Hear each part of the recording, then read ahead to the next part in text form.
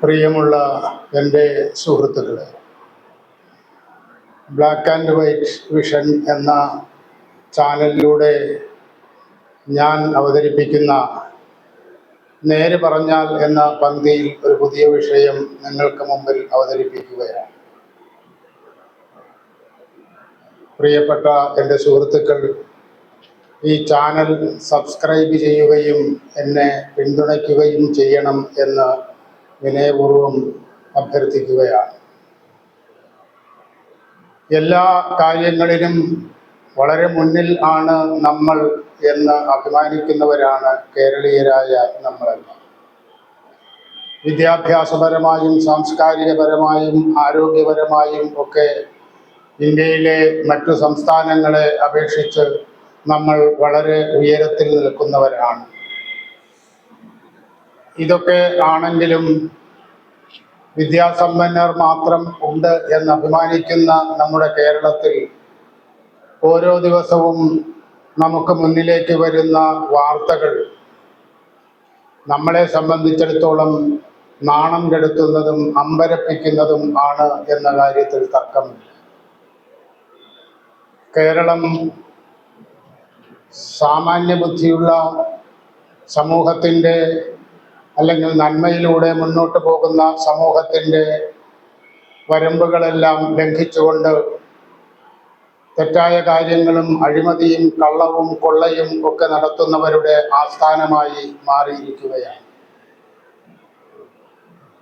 നമുക്കറിയാം, കേരളം ഭരിക്കുന്ന മുഖ്യമന്ത്രിയും മക്കളും അഴിമതിയുടെ പേരിൽ അകപ്പെട്ട് നിൽക്കുന്നുണ്ട്. എത്ര കണ്ട് അതിൽ യാഥാർത്ഥ്യമുണ്ട് എന്ന് നമുക്കറിയില്ല.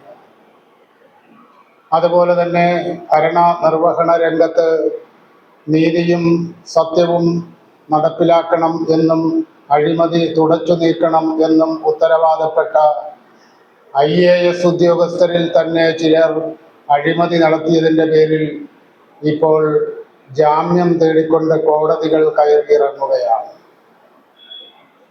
കള്ളന്മാരെ പിടികൂടി കൽത്തുറുങ്കിൽ അടയ്ക്കേണ്ട പോലീസ് തൊപ്പി ഊരി വെച്ച് കള്ളന്മാരായി മാറുന്ന കാഴ്ചയും നമ്മൾ കാണുന്നുണ്ട്.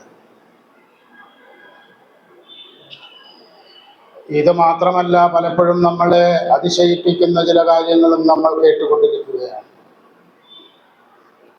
പണിയെടുക്കാതെ കോടീശ്വരനാകാൻ വേണ്ടി മന്ത്രവാദവും മനുഷ്യക്കുരുതിയും വരെ നമ്മുടെ നാട്ടിൽ നടന്നു കഴിഞ്ഞു.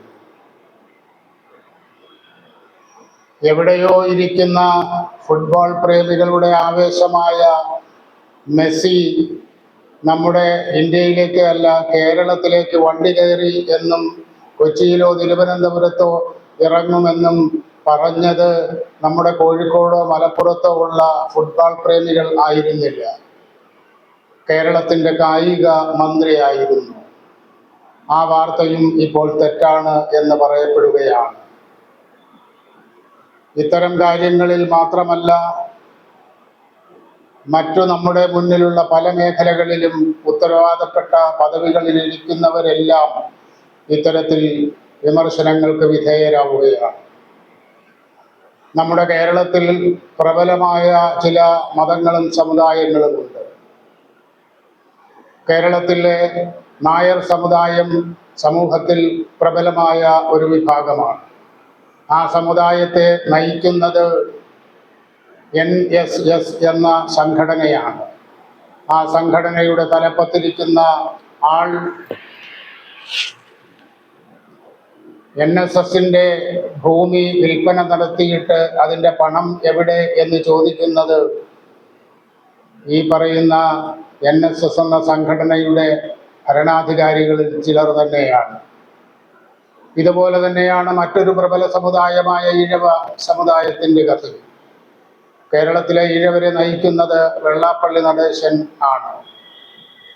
അദ്ദേഹം മൈക്രോ ഫൈനാൻസിൽ തട്ടിപ്പ് നടത്തിയെന്ന് ആരോപണം ഉണ്ടാവുകയും അത് ഇപ്പോൾ കോടതിയിൽ കേസിലായി നിൽക്കുകയുമാണ്.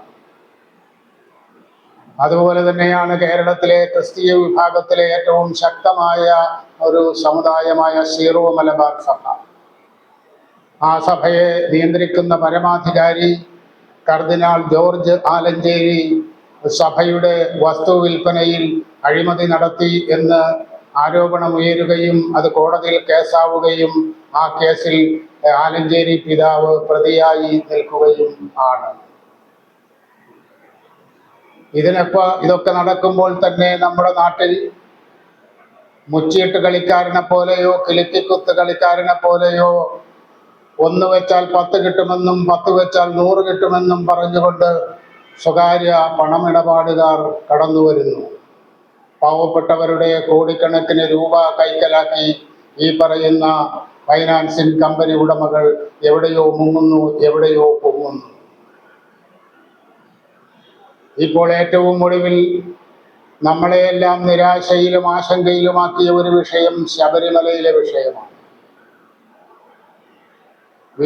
ഈശ്വര വിശ്വാസികളുടെ അഭയകേന്ദ്രമായ ശബരിമലയിലെ സ്വാമി അയ്യപ്പന്റെ ക്ഷേത്രത്തിൽ സ്വർണം പൊതിഞ്ഞതെല്ലാം അവിടെയും ഇവിടെയുമൊക്കെയായി പൊളിച്ചു കൊണ്ടുപോയ വാർത്തകളും അതിൽ ഒരു പ്രതികൾ അറസ്റ്റിലാവുകയും അന്വേഷണം നടക്കുകയും ചെയ്യുകയാണ്.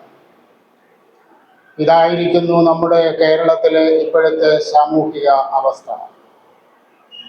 ഇതെല്ലാം നിരന്തരം നമുക്ക് മുന്നിലേക്ക് കടന്നു വരികയും നാം ഇതിലെല്ലാം ആശങ്കപ്പെടുകയും ചെയ്യുന്നു എന്നതാണ് ഒരു വാസ്തവം. ഇതെല്ലാം നമ്മുടെ അനുഭവങ്ങളായി നമ്മുടെ മനസ്സിൽ പതിയുമ്പോൾ മലയാളിക്ക് ഒരു ഗുണമുണ്ട്.